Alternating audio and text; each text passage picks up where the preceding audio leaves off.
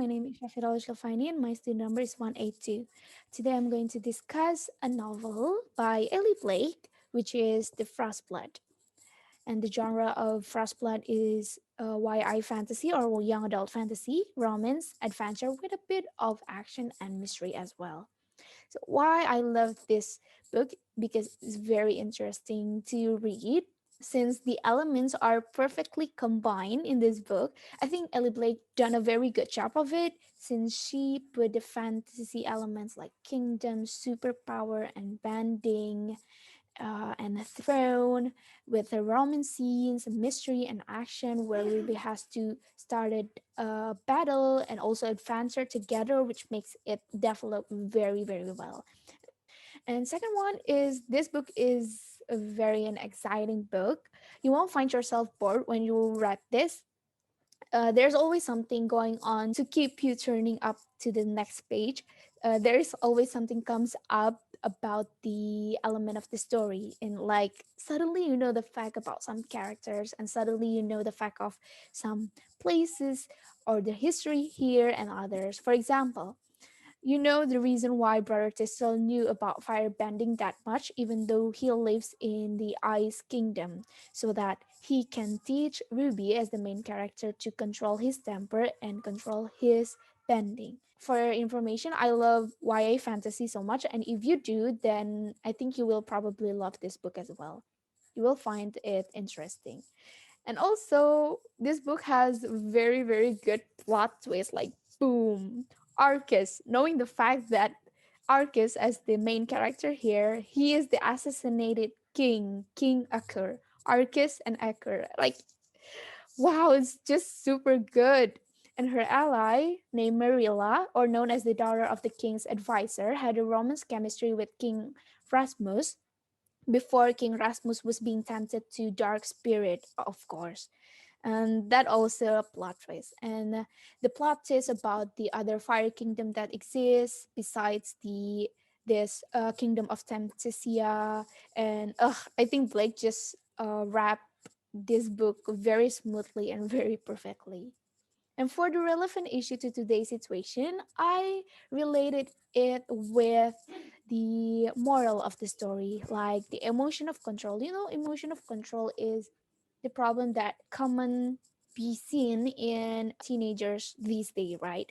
And since Ruby is also a teenager, that makes it a very relevant. Even though it is hard for Ruby to have patience and control her strength, which is the fire band, also control her emotion, it is very necessary since we will have a better personality and it will not be a weakness for us or to anyone, right? And for the second one is issue of being greedy. This lesson I've got from King Rasmus is we should never be wrathful of anything. Be wrathful will only makes everything worse. In King Rasmus' case is that. Meanwhile, in these days cases is our greediness to have a capitalist lifestyle, right? And now jump into the formal elements. First one is characterization. We have Ruby here as the fire blood girl, and Arcus, which he had a trademark with the scars in his face, and this one is Brother Tistel, who lives in the Abbey, and King Rasmus. So jump into Ruby character. I love reading about strong and independent woman book, and no matter what Ruby got put through, she managed to keep herself together.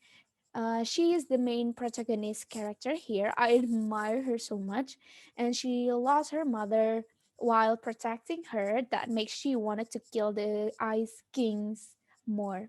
She's the first Fire Blood championship in the tournament, and that's a spoiler actually. And next is we have Arcus here. Arcus is the Ruby's loved one. Well, he loves Ruby as well, of course. Turns out he is the assassinated king, which is King Aker. He's very good at sword and he can do ice bending as well. Well, of course, because he is the king of ice kingdom, right? And yeah, the setting here is the kingdom of Tempesia, which is the northern kingdom ruled by Frostblood throne. And the castle here, including the arena where Ruby has to uh, do a battle with the ice warrior, and Black Creek prisoner where Ruby has to be prison, of course, and throne room where King Rasmus died, and the abbey are at Mount Una where Brother Thistle lives with archers, and where Ruby was hidden, and Ruby's house where her mother died. And the third one is symbolism. The symbolism here is fire. Fire is the superpower that Ruby has. Fire is the symbol of a threat of Frostblood civilization in Kingdom of Tempesia, since it is an ice kingdom, right? It makes every fire blood people there must be killed in the arena or being hanged. So I think that's it symbolized the threatness of the Frostblood civil. So overall, I love this story so much. I can tell why it is a New York Times bestseller book. Since this book did not have an overwhelming story, even though it has many gods and many kingdoms, Ellie Blake makes this book focus only on the Frostblood kingdoms of Tempesia point of view only. And also this book provide romance and action and mystery and fantasy as well in a perfect writing that makes the ending look so perfect.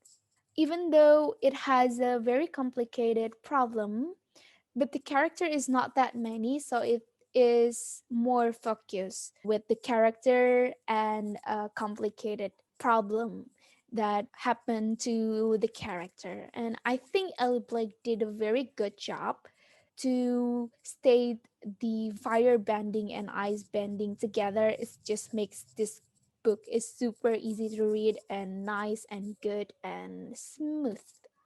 So I think that's all from me. Thank you very much and stay healthy.